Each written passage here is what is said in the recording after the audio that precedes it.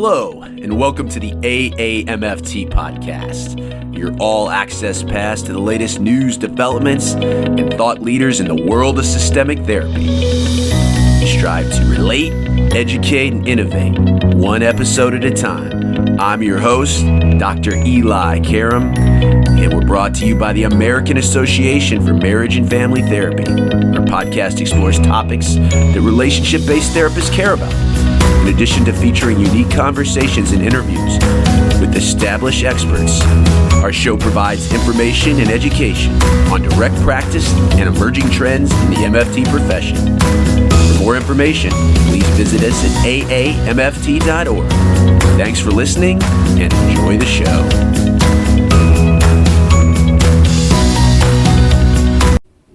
Hey, Eli here. Welcome. Episode 5 of the AAMFT podcast, where we educate, relate, and innovate one episode at a time. And today we're here to do that with one of our most requested topics. We're going to do a deep dive into the field of telehealth, specifically online therapy. Online therapy with a systemic frame. I've often wondered, can you do good relational therapy with a couple, with a family, without having met them, without being able to get that feel, as MFTs all know, of being in the room? Can you point out the process and build an alliance with members of a system when you have not physically met them face to face? We'll talk about that today and talk about what you really need to do to be prepared to do this work so that it is in your scope of competence, so to speak. Obviously, it's in our scope of practice as couple and family therapists to use telehealth and online therapy, but what do you really need to know to ethically and responsibly practice online therapy? It's not something you just jump into. And today, two great partners, both professional and friends in real life, Shelly Smith and Jen Labanowski, are going to be talking to us. So as therapists who are experienced providers of online therapy, Jen and Shelly are going to tell us the difference between providers who just jump in and those who intentionally provide ethical and knowledgeable quality online therapy. They've had extensive research, as you'll learn today, before they even started their practice, United Counseling and Wellness. And they're here today to share with our listeners all that they have learned and how they've positioned themselves in the world of online therapy as couple and family therapists. They're very involved in online case conceptualization groups. They are on the forefront of AAMFT's telehealth and technology topical interest group, which after you listen to the interview, I'll come back at the end and tell you all about and how you can be a part of it. And they've even consulted on the design of a video platform for a well-known practice management system. They're popular presenters and most recently hosted an institute at the 2018 annual conference in my hometown of Louisville, Kentucky, titled Online Therapy, a Systemic, Ethical, and Practical Approach. So without further ado, here are Jen and Shelly. Or I can. Okay, Shelly and Jen, welcome to the AAMFT podcast. This is one of the most requested topics, online therapy, and how do you do that, especially when we're thinking about relational, systemic, couple, and family therapy. But first question is, how did you all get into this? And when I say this, let's talk about the MFT profession in general, and then later kind of moving towards online delivery of marriage and family therapy. Sure. Yeah, okay. So MFT in general, my story was not direct. I went to undergrad in Indiana for other things. I was a middle school teacher for a while. I worked in a church setting for a while. And then through all of that, I watched all of these families struggle and really try to figure things out. And people are asking me questions that I couldn't possibly answer. And so finally I thought, I need to be able to help in another way. So went back and got my master's in MFT because I was drawn to, at the time, time, specifically helping adolescents and their families. And so graduated from my master's program in Indiana, and then moved to Illinois, relocated with my husband and our children, and promptly met Jen through our supervisor. And then I'll let Yeah. So I guess what kind of led me to that moment.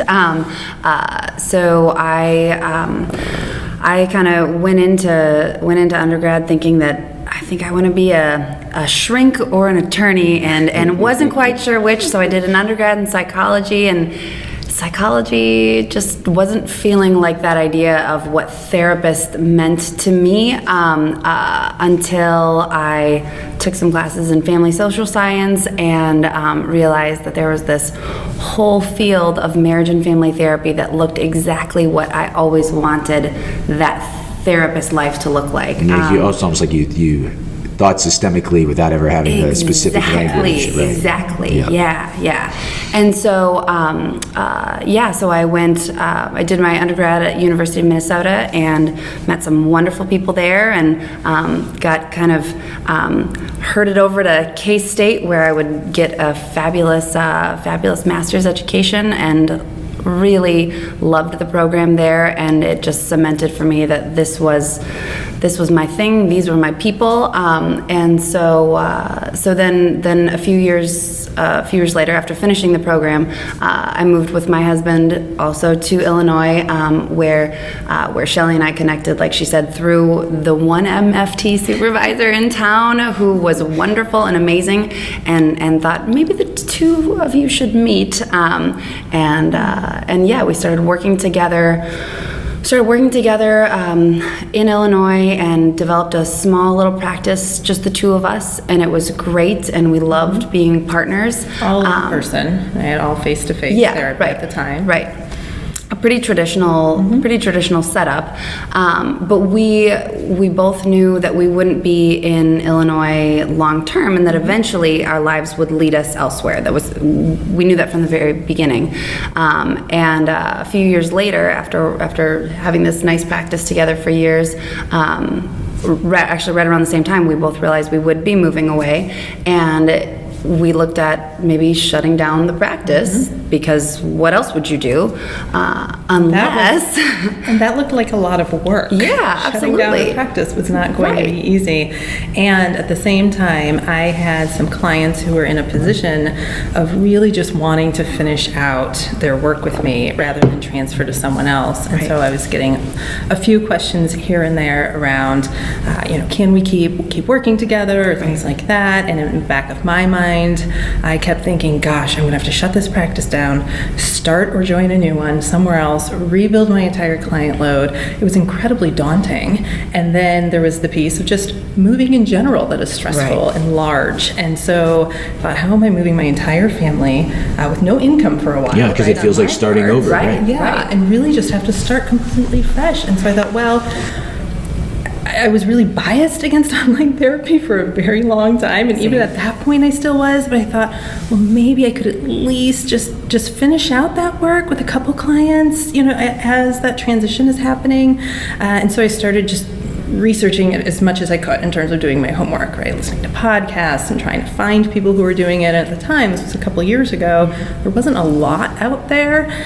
Some great resources that I found, but not a ton. And so started just trying to find stuff everywhere I could and reading articles or whatever to figure out, is this possible? And can I do it ethically? Can I do it well? I don't want to mess anything up. What do I need to know in order to do it? Yeah, and I didn't want to do it wrong in some way that would be potentially harmful for my clients. And so risky for me in any way with licensure things. And so I really started kind of diving into it, and I was filling Jen in a little bit during that process, and kind of just saying, this is something you might want to think about too, because maybe it would help with some of your clients. Not at all envisioning that this would be something we'd ever do long term, but really just sort of as a temporary fix. And then one day, the magical moment, Jen catches me in a hallway. After I was still trying to even manage my biases at that moment when Shelly was suggesting that I might do that for myself for my move with my clients, because I had strong feelings about you can't do good therapy. No, I thought I'd just be so online, right? uncomfortable with it. Right, just be right. awkward and weird, and there'd be no real connection. And you can't do, you can't do like good connected work without breathing the same air. But as Shelly, I had so much trust in Shelly at that point, and as I could see her thoughts changing, I was willing to trust that maybe there actually was something there, and we kind of looked at, if we're both going to do this online work to get established in our new places and finish up with our older clients, do we actually have to shut down our practice, or could we just make it bigger? I often talk about this moment, as sort of this magical moment where I'm in between clients in the hallway, and Jen stops me briefly and says, I have an idea. You can either, tell me to keep going or tell me to shut up at any moment. Both of you were individually thinking the same thing, and then you had this aha moment and shared it together. We shared it and said, think about it. And in my head, I thought, this is huge. I don't think this is a good idea, but I think this is the best idea in the world, right? All at the same time. And so let me think about it. Right. But I knew walking out from that conversation that this was what we were going to do. Right. I mean, it just felt right, even as terrifying as it was in the moment. Yeah. So we went from working together in this small community in central Illinois and being able to reach the clients that could come to our physical office to Shelly moved to Milwaukee. I moved to Minneapolis. We, of course, Shelly gained the Wisconsin licensure. She already had Illinois licensure and Indiana licensure. I then gained my Minnesota licensure and Wisconsin licensure as well. So between the two of us, we're licensed in 4 states: Illinois, Indiana, Wisconsin, and Minnesota. So as of right now, and actually pretty fairly quickly from the beginning, we became a practice that could serve 4 states online with office locations in 2 major metropolitan areas, Milwaukee and Minneapolis. And we'll certainly, our listeners will want to hear about that, what you need to do. It's not like that you all are very organized in planning. You can't just start this and say, I'm going to be based here and I can take clients from anywhere. No, you have to know what each state, and you have to be licensed in each state, and we'll talk about that. But let's talk about, first of all, for this to be in your scope of competence for an MFT, what homework do you need to do? What training do you need to do? And kind of all the homework you all did to get to where you are now. What would be advice for our listeners that are contemplating doing what you did? Yeah. So I mean, I think we kind of think about it in 4 categories, right? Like there's the ethical, the legal, the clinical, and the logistical, right? And so there's a lot of research and work that needs to be done in all of those areas.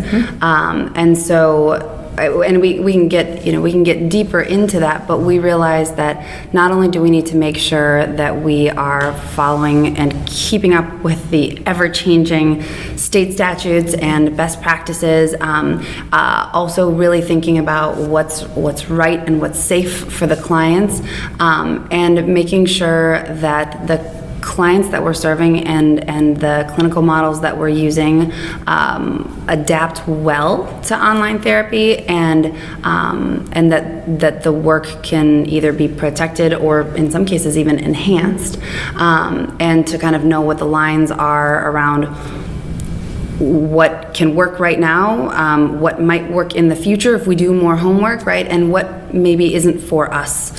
And so we started into lots and lots of homework, and also lots and lots of processing, because we also realized that our experience and our comfort level based on knowledge and controlling biases and all these things was actually going to impact the work.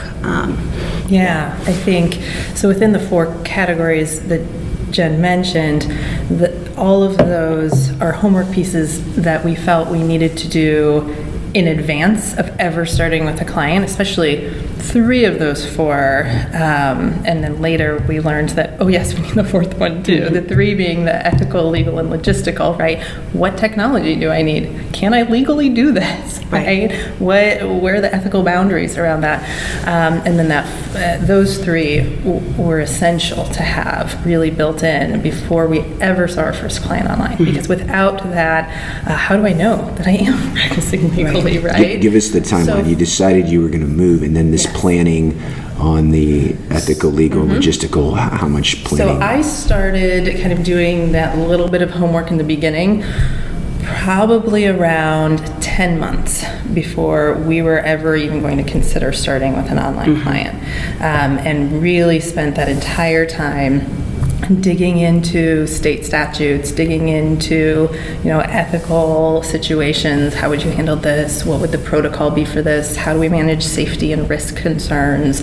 What paperwork needs to be in place? What, informed consent legal documents need to be revised. All of these detailed pieces.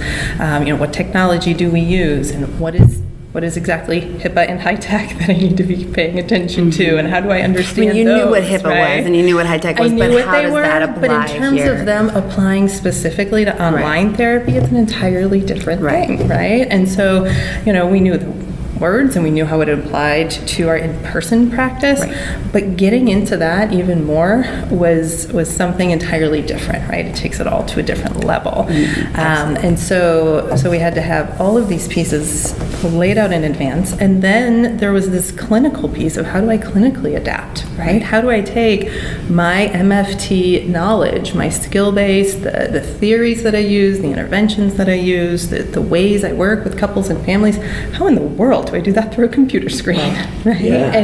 And so there were a lot of things to think about there as well, and so there was so much that had to be done, sort of preparatory work. And then after we started, like I said, about 10, 12 months later roughly, then I realized that this doesn't stop, right? This, looking up the state statutes, we keep them bookmarked on our computer for a reason, because it is such an ever-changing and quickly changing part of our field that we have to constantly be relearning and up to date and figuring out what are those best practices. Yeah, it's ever changing. And the more states you're licensed in, the more updating you have to do. And the technology is ever changing, Technology, and the risks are technology, new circumstances come up, new things come up with clients. I need to consult with somebody about an ethical concern that I would have never imagined, right? So that's a good thing to know versus practitioners that are face-to-face or only licensed in one state. How much, you talk about the prep, which was months in advance even before you started. Ongoing, how much time do you think you spend a week staying up to date with all those things you just mentioned? Just for someone that's listening, say, hey, can I do this? It's not just about the clinical hour. It's about the homework you have to do to stay up to date, to keep your scope of competence. How much time does that take? That's a good question. Well, and I think it gets complicated for us because we've also kind of developed a team that helps us kind of stay on top, right? And so then if we maybe add in the minutes, right, that the attorney spends looking at some things, right, and the marketing team, and there are all these different kind of considerations. And then we also feel very strongly about not practicing in isolation. Right. Online therapy, even more so, I believe, than in-person therapy, is isolating in private practice. And so, obviously it's lovely for us because we're business partners and we have some of that already built in, that we meet several times a week and can share the responsibility for keeping up to date with those statutes and with those best practices.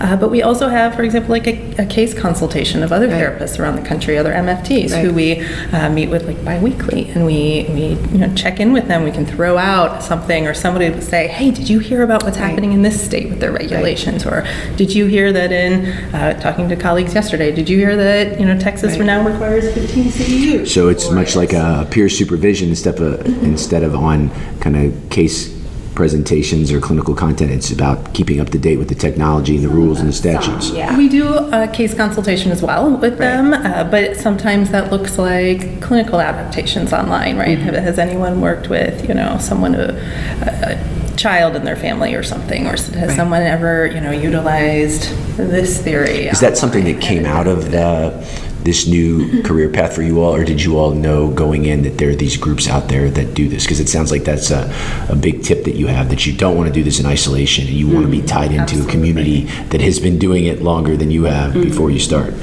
Yeah, well, I think this particular community, not everyone's online, but a good number of us are, kind of grew up together in it, almost, it feels like, as people were kind of adapting it and realizing, like, oh, we're doing that too, what's that like? And so it sort of got established collaboratively.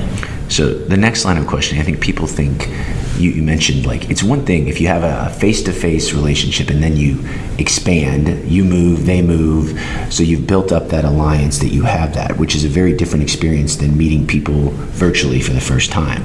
I wonder if you could talk a little bit about that, what you think the major differences are. And then the second question to that is, do you think there's a certain type of client that would select to see a therapist, an MFT, virtually versus face-to-face? Sure. Yeah, I think so. If it's okay, I'll kind of go to the second part first, because what we see a lot of different reasons why people come to online therapy, and sometimes that's what they're directly seeking out, and sometimes it's something that they've heard about, they've wondered about, but they don't know a whole lot about. And that's one thing we see a lot, is that the greater population still has a lot of questions about what online therapy can actually mean.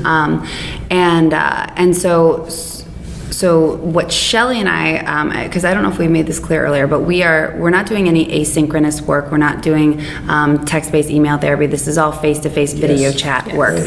Because I think that some of the things that take people to asynchronous services can inherently be a little bit different than the things that take people to video chat based. Do you think that's you're making me think, do you think that's a big part of the field? Because I just assumed that if I'm going to enlist someone, a therapist, online, it would be in real time. I wasn't thinking asynchronous. Do you think that is a new outgrowth in the field of online therapy? A big one. Yes. Yeah. What are your personal views on that? I'm sure you want to ask that. Yeah, right? well, yes. We have not figured out a way that we think that we personally, I'm going to be super diplomatic, we personally could do good work the way that we want to do it, with asynchronous, text-based, email-based as the primary mode of delivery. Right, because that limits the relationship. Right. Yeah. Right. And ultimately for us, therapy rests largely in the relationship that we build with clients and in our systemic work with them.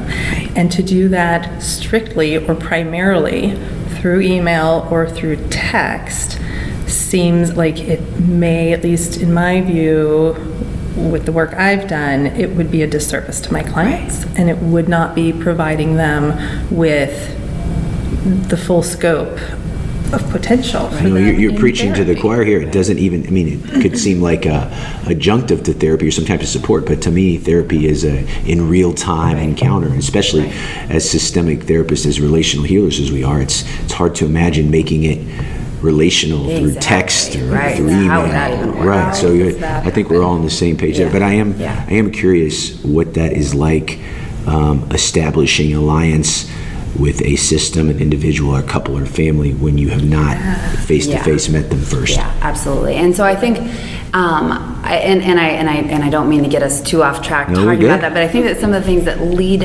clients to asynchronous services is that sometimes maybe they're even looking for less vulnerability, right? There's too much anxiety to handle a one-on-one encounter. Right. Comfortable with the idea of therapy. Exactly. But I think that we find that a lot of the clients that find us that are seeking out online therapy in that real-time video chat, face-to-face, they are typically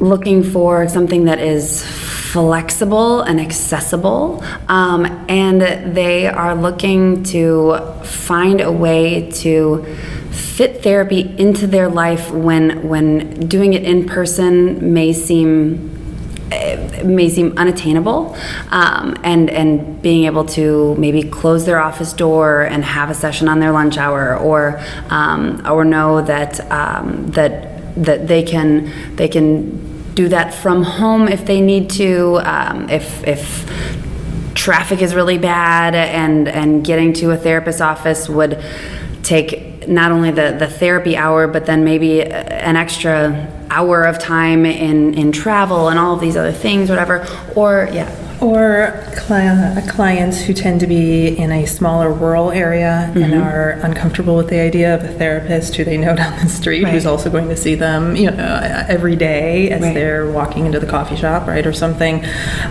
like that. I think there's a good number of people who we've found seeking services who prefer the confidentiality that's built into online therapy.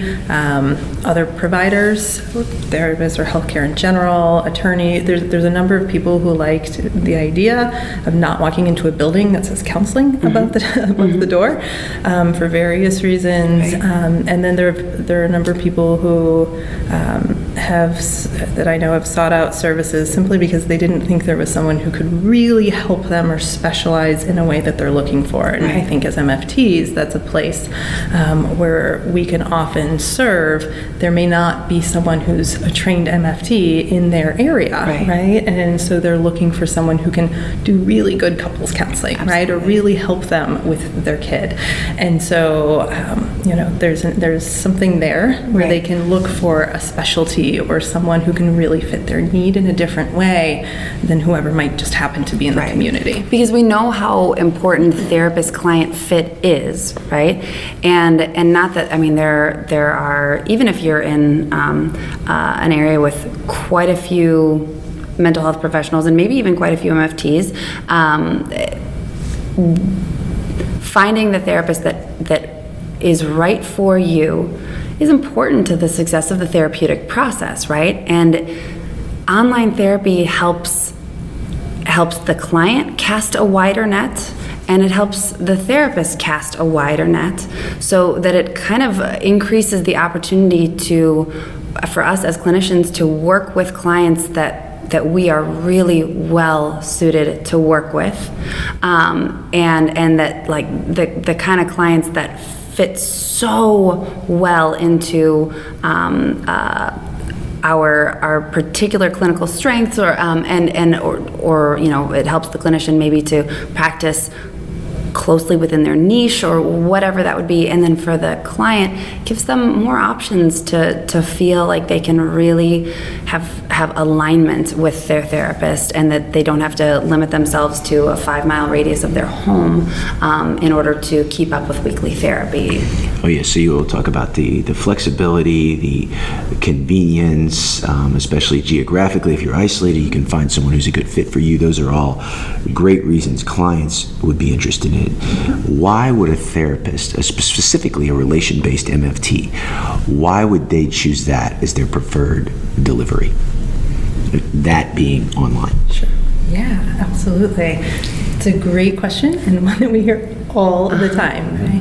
Part of this goes back to similar things, right? Some of this goes back to flexibility for the therapist, right? The ability to, in our situations, continue with clients and through relocation, right? I still continue with some of those same clients on and off, right? That I did long ago. So we can continue out the work that we wanted to do in the first place in those settings. When there is some accessibility issues, right? If there's a way for me to be able to reach clients who I know I can help, who happen to live an hour or 2 hours or 3 hours away, it gives me a wider net, I guess is the way you put it before, and that's fantastic because it gives me the ability to really specialize in a way I want that I might not otherwise be able to if I have to just capture those clients who are directly around my office. So it gives us some flexibility there as well. It's also allowed us, and this has been for me just a really beneficial sort of maybe side effect in a way, but I really love that for me, it's allowed me to become innovative and creative in the way I use my clinical skills. MFTs are innovators, right? This is how we've been all along. We've been creative and we've been innovating and we've been kind of on the threshold of doing new, cool, great things to help families, to help couples, and this allows us to do that. So we might be working with parents in one location and their child is in college 2 hours away, and we can still do weekly family therapy if we want to, right? We can still make things happen for families, and we can help couples who might have to travel for work periodically or regularly, right? We might still be able to work with them through all kinds of difficult situations that we've never been able to continuously assist clients through before. Yeah, I think of those two scenarios.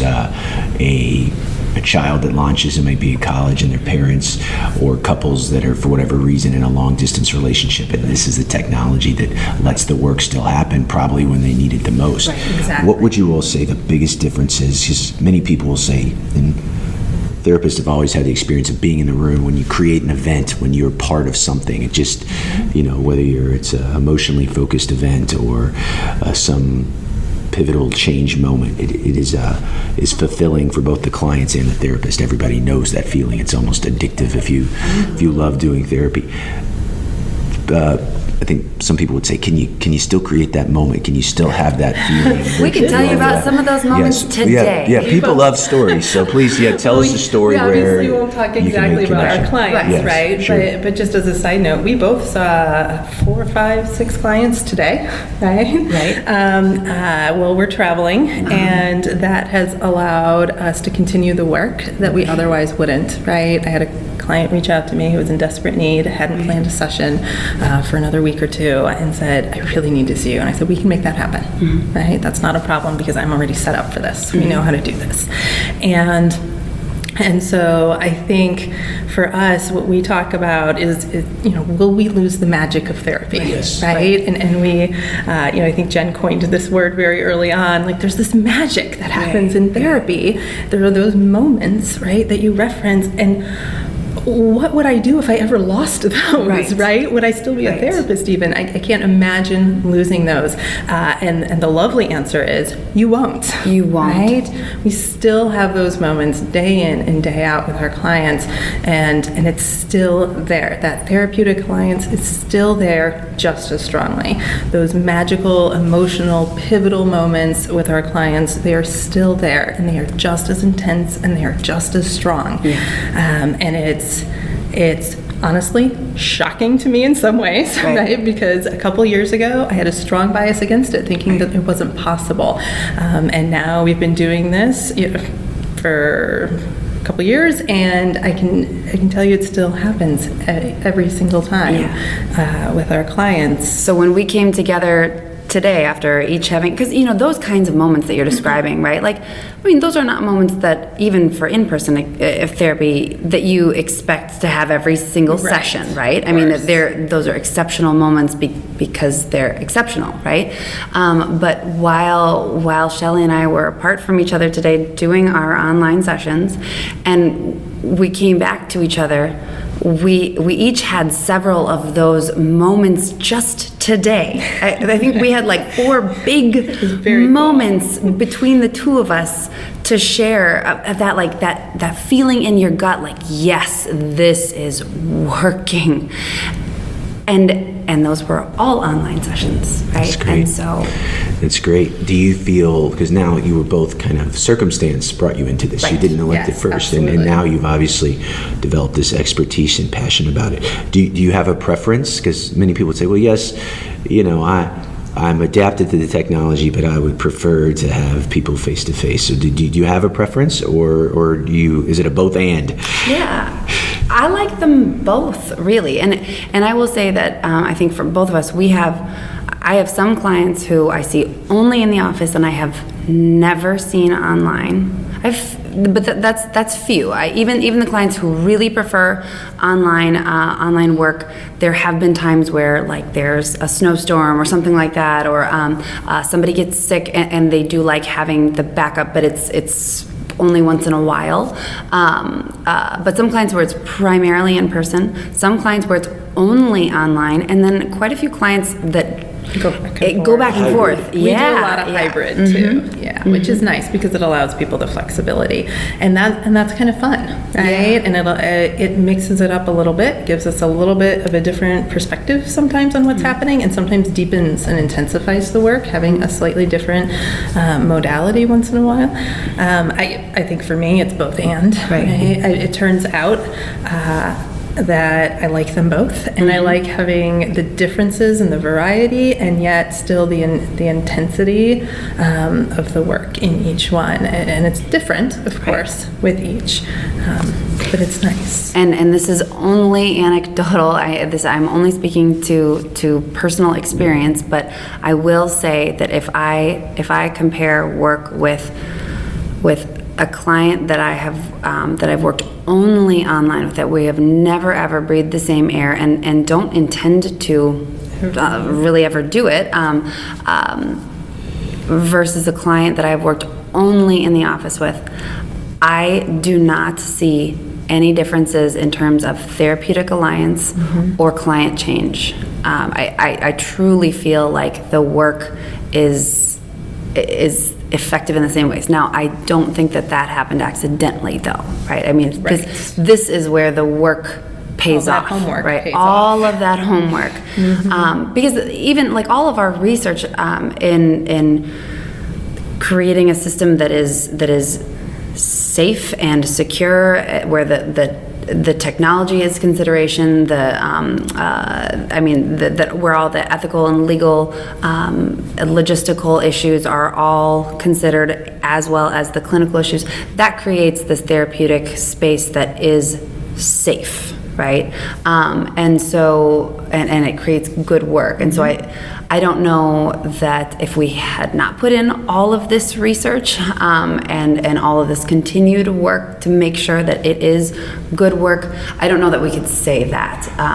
Right, so this is clearly good work. Let's talk about what not good work looks like for someone trying to do this. What would you not want to do after listening there's to this? such a list. I know, I figured you wanted to know Where the to list, start. yes. Yeah. So I guess if we're going through kind of our categories, right, if I go back to, like, first of all, legally, if you don't know what your statutes are in your state, if you don't know if there's, education requirements going into it, some states are now popping up that certification's required or that certain CEUs are required. Some are still the Wild West and there's nothing, right? So there's a lot of variety. So without doing some homework into regulations and those sorts of things, clearly that wouldn't be good work. If you're not looking into the ethical pieces, that wouldn't be good work, and that includes looking at best practices, looking at the AAMFT guidelines, doing some coursework or seminars or workshops or things like that to get a little bit of knowledge, running through potential risk scenarios, safety situations. It's different online, right? Versus someone in your office when there's a high risk situation. So clearly those fall under that would be like working with clients or presenting issues that at least right now do not feel like a good fit for online therapy, or not having good plans in place that even so I guess when I say that not fit, clients that don't really fit right now for online therapy, high risk situations, a lot of suicidal, homicidal ideation, a lot of extreme psychosis, or things where seeing the client's full body, self-harm, some eating disorder things. Not saying that none of these things can be addressed online, but they have to be done very, very, very carefully with a lot of time and consideration.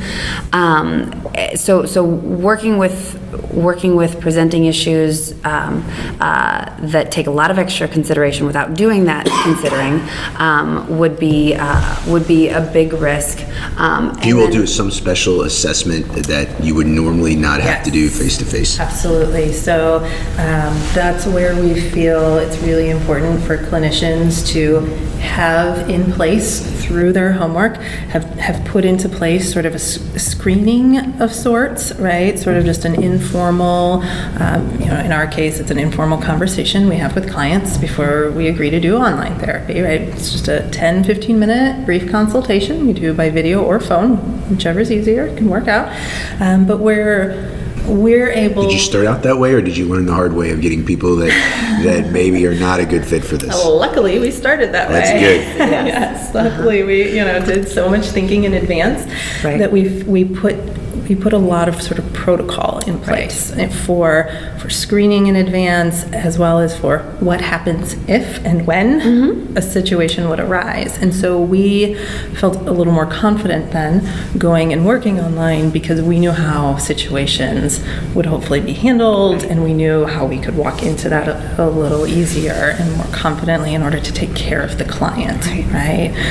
So in that just informal consultation, we check in with them, learn a little information about them, find out what they're really coming in for, ask a few little questions around these risk and harm situations, get as much as we can. Realistically, we know things may be picked up later. There may be things that are missed. And of course, that'll happen, and that's why we have a reason to have protocol for if those situations arise. But at least we're able to hopefully start with people who are appropriate online, and if not, if we don't think they are, then we absolutely will help them find someone locally who is. So we feel very strongly that we're not just going to say, oh no, this isn't a good fit for you, but we will take a little bit extra to help them find someone who's a good fit then.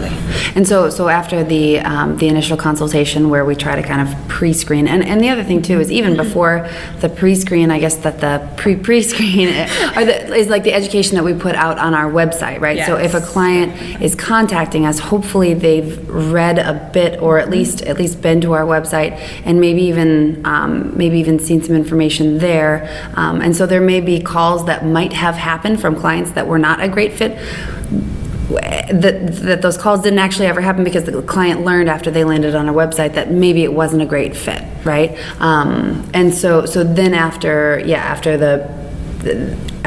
we put the information out there, then we do kind of an initial informal consultation. Then comes the intake summary, all before the first visit, right? And with the intake summary, then we're asking very directly questions about risk and about safety, and then also little things that we put into place. Well, I say little things, but they're pretty important. Yeah. Really important. Just for example, asking the clients to, along with emergency contact information and things like that, asking them to list the phone number of their local police department. Because if I am sitting in Minneapolis working with a client in Chicago, and even though I've pre-screened, out of nowhere comes suicidal ideation, and I call 911 in Minneapolis, that's not going to do my client any good, right? And so knowing that just by clicking on the client's name through our electronic health record on the screen as we're chatting with our client, that we could quickly have the phone number for their local police department that we knew was right nearby. I mean, this is why you really have to know. I mean, it's not just sign me up in as many states as possible. This is really, you have to really know the community of which you're practicing, whether it be face-to-face or virtual. Absolutely. So on that, we require this information from our clients. They can't bypass it, right? So every appointment, we know where their local address is, or where they're located, right? If it's at their office, or if it's at their home, or something like that. So we know where they're physically located at. We have the local police department phone number. We have their emergency contact information. And while we're talking to clients, if I need to, I can pull up that information, right? At the same time on the same screen.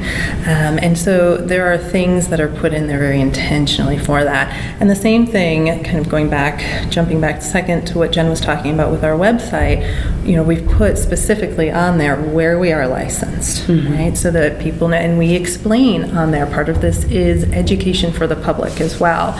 We can only practice in the states in which we are licensed. So, these are the states in which we are licensed. So if you are coming from a different state, well, you have people that try to practice that have heard good things about you but aren't in one of those states that try to. We've been contacted from people in all kinds of states, and then you have to tell them no. And we've had to tell countries, and we've had to tell them no. Depending on if it's another state that we're not licensed in, we'll try to help them find an online therapist in the state where they're located. But we do have to turn them down, and hopefully most people are reading that on our website in advance, as well as we have our licensure numbers on there, which most states are requiring at this point, that you have that information on your website specifically, and it's also in the AAMFT best practice guidelines for online therapy. And so there are certain pieces that are really important to know in advance, and when you're kind of designing your online private practice or hybrid practice, you really have to pay attention to these things and make sure that you're being intentional about each thing you're doing along the way. I feel like we could have a separate podcast on each of your four, your ethical, your legal, logistical, and clinical. And today is the. But we have so much information, right? And we're going to talk about where to get that information in a second, including your website. So I just have a couple more questions. When you think, I mean, my kids have a 8 and a 10-year-old, so they've never known a world without FaceTime, without their digital natives, and so much of our young people are growing up this way. What do you think the future will hold for online therapy in general and specific with kind of relation-based therapy, couple and family therapy? Do you think this is a trend that you all really got in on the ground floor of kind of by happenstance, or do you think it will not sustain itself because we are a face-to-face relational profession? I'm curious what you think this will look like 5-10 years down the line. I tend to think that at least face-to-face video chat online therapy is going to stick around because I do believe that good work can be done this way, and honestly, I think that this could be really, really good for our field, because when therapy can't be accessible or flexible, or good therapy can't be accessible or flexible, then it creates the situation for clients where it seems like, well, therapy is only for like deep crisis, and because trying to fit it into my life in a way that seems overwhelming and unrealistic, unless it must be done or everything will fall to pieces. I think that almost perpetuates some of the stigmas around mental health, right? That therapy is only for crisis, for the deeply mentally ill, in situations that are really terrifying. And of course, I mean, that's a purpose of mental health treatment. But we all know that therapy can do so much more for so many people, right? And by making it accessible, that helps to increase the number of people who might not otherwise engage in therapy. And the more people that engage in therapy, that helps to decrease the stigma around therapy, right? And so I do think it's here to stay, and I think it's going to enhance our field, even enhance in-person work, right? Because it helps kind of further the idea that therapy is for everyone, and that helps MFTs knowing that that couples therapy can be good, that family therapy can. I feel really strongly that over the years this is likely just going to continue growing, partially because of the impending shortage of mental health therapists over the years, right? I do believe that access to good quality therapy is going to get harder as people are retiring, right? And that is, just a numbers thing that we've been hearing come from the research. And so this allows us to be able to reach further, right? To reach people who otherwise wouldn't have access. I also feel pretty strongly that in in the general population that this is something that's going to be really popular, right?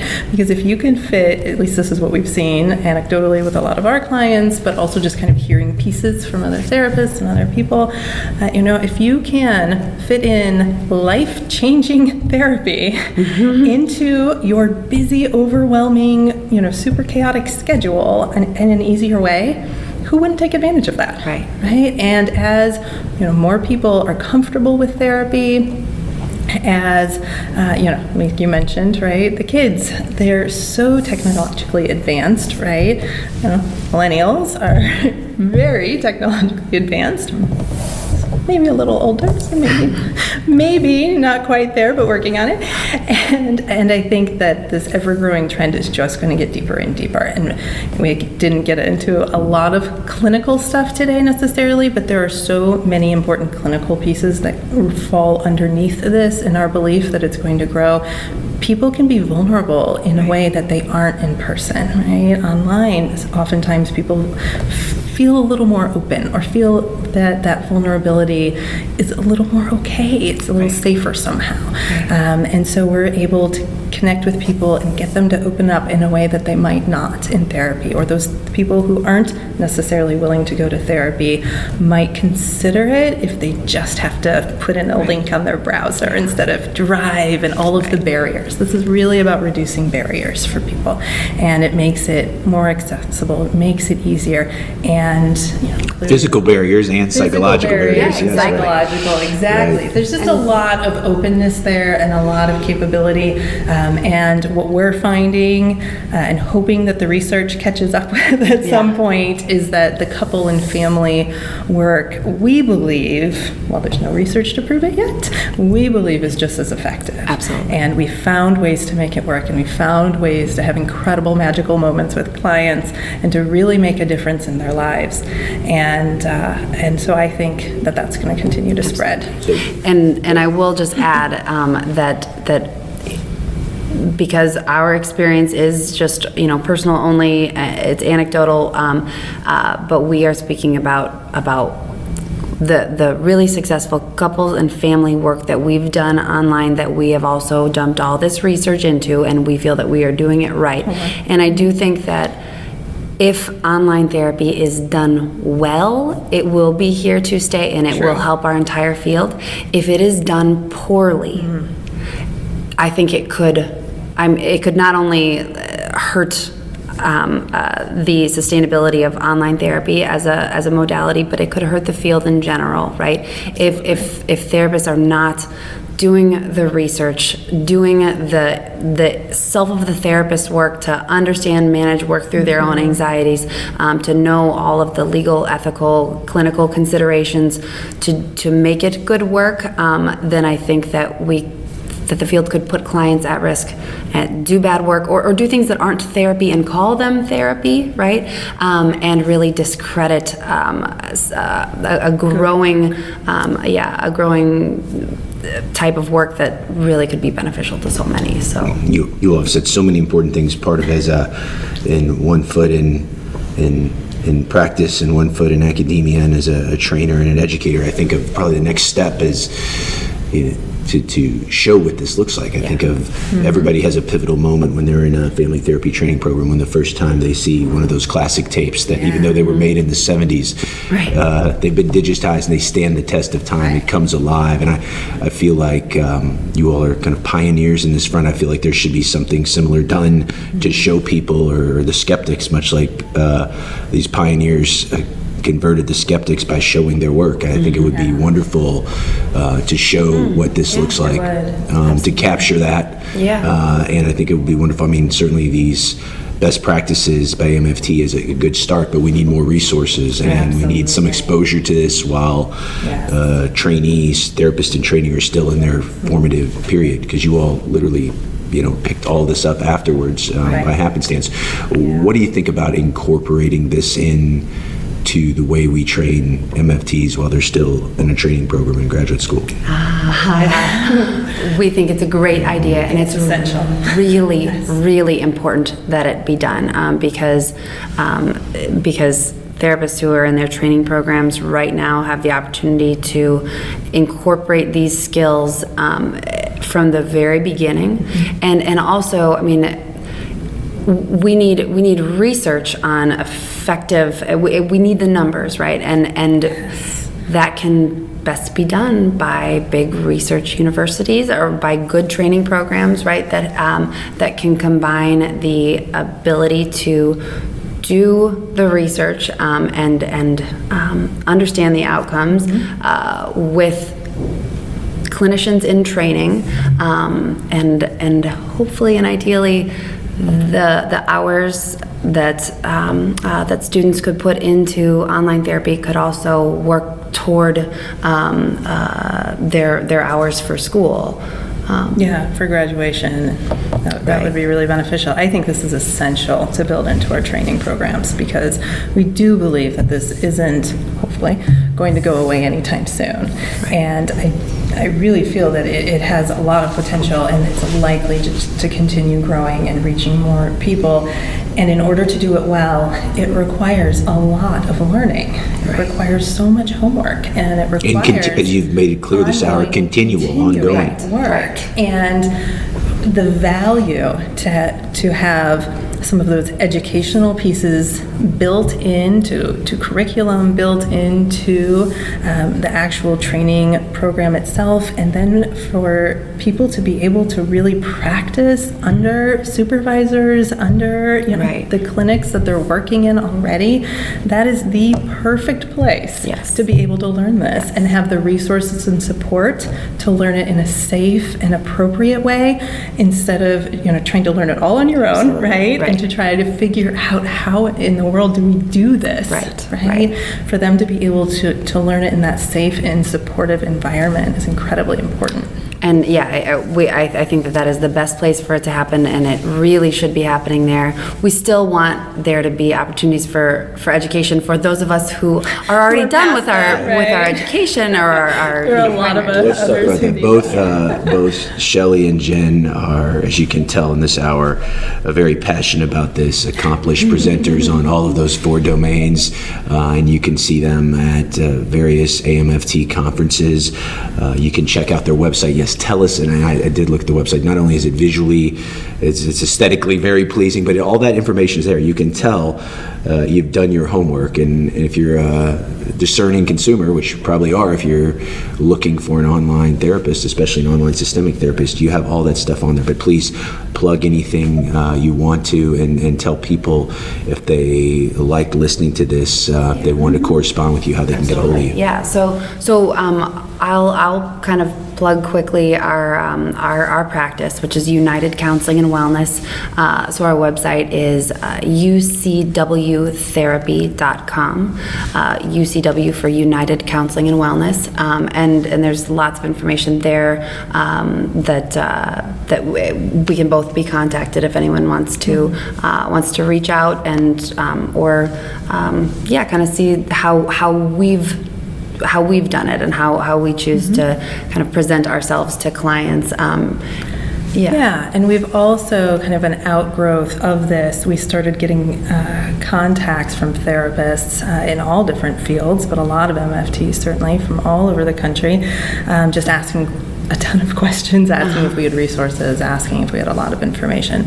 So we decided to try to really take what's in our heads and support therapists in learning this information, which is why we do conferences and podcasts, things like that. We also created Connect, which is sort of our consulting side of things, where we help therapists through either one-on-one consulting or through mastermind groups where they're working with other online therapists. So this is like the peer group you were talking about earlier. This is similar to that, but it's a paid version. Sure. And then also just some other educational resources that we pop up on that website. And our Connect website is about ABOUT Connect CONNECT. I'm having to spell this out in my head. .com. So aboutconnect.com, and on there, that's where we put some information about how we personally really help people build this in, learn, get resources, find information to be able to do this well. Right. Absolutely. Wonderful, and I would love to have you all back as we move forward, talking about a deeper dive into either one of those 4 domains that we've mentioned. But it was so helpful. Thank you very much, and I'm hoping that we'll get to do this again. Yeah, this is great. Thank you much for having us. I learned a lot in that hour. Ironically, they do most of their work virtually, as you heard them say, and we did that interview face-to-face, but they have a great personal friendship and professional collaboration that really, I think, came alive in that interview. And again, I learned really how much prepared you have to be to do this. You see the painstaking detail it took them to start their online practice and even what it takes to maintain it. So this is definitely something you just don't jump into.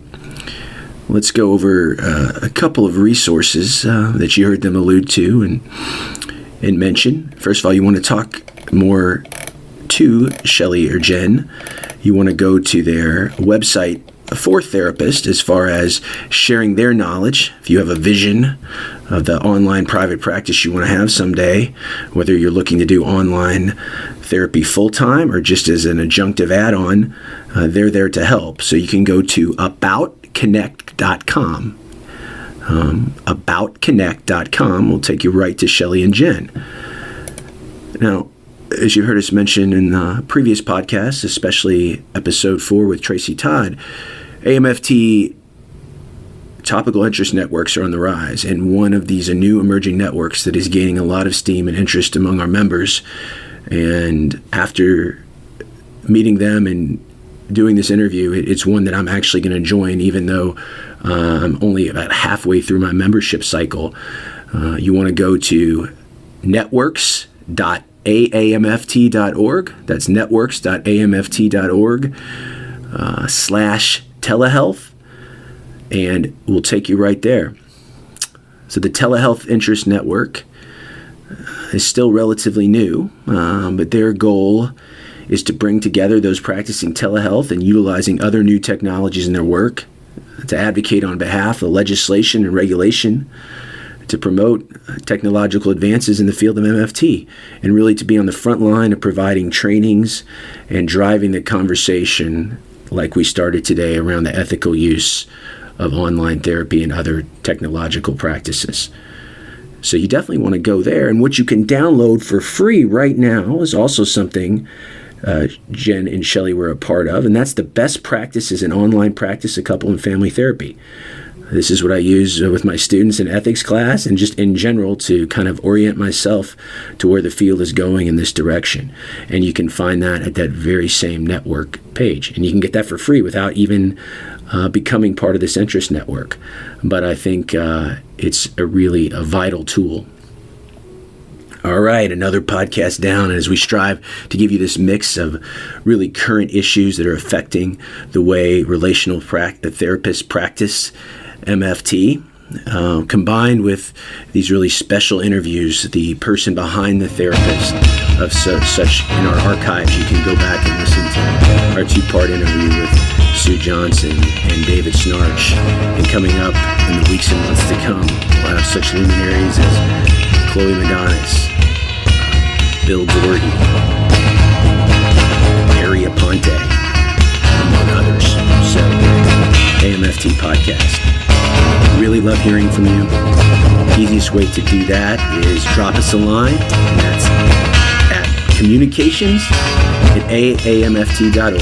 Certainly would love to hear your thoughts and what you want to hear, both the people and the topics you want to hear about. Please tell a friend. You can find us on any major podcasting format. My favorite is just going to my iPhones, hitting that podcast button. Please subscribe. Leave us a review. Give us a star rating. Those 5-star ratings always help. I look forward to being back with you. As always, I'm Eli.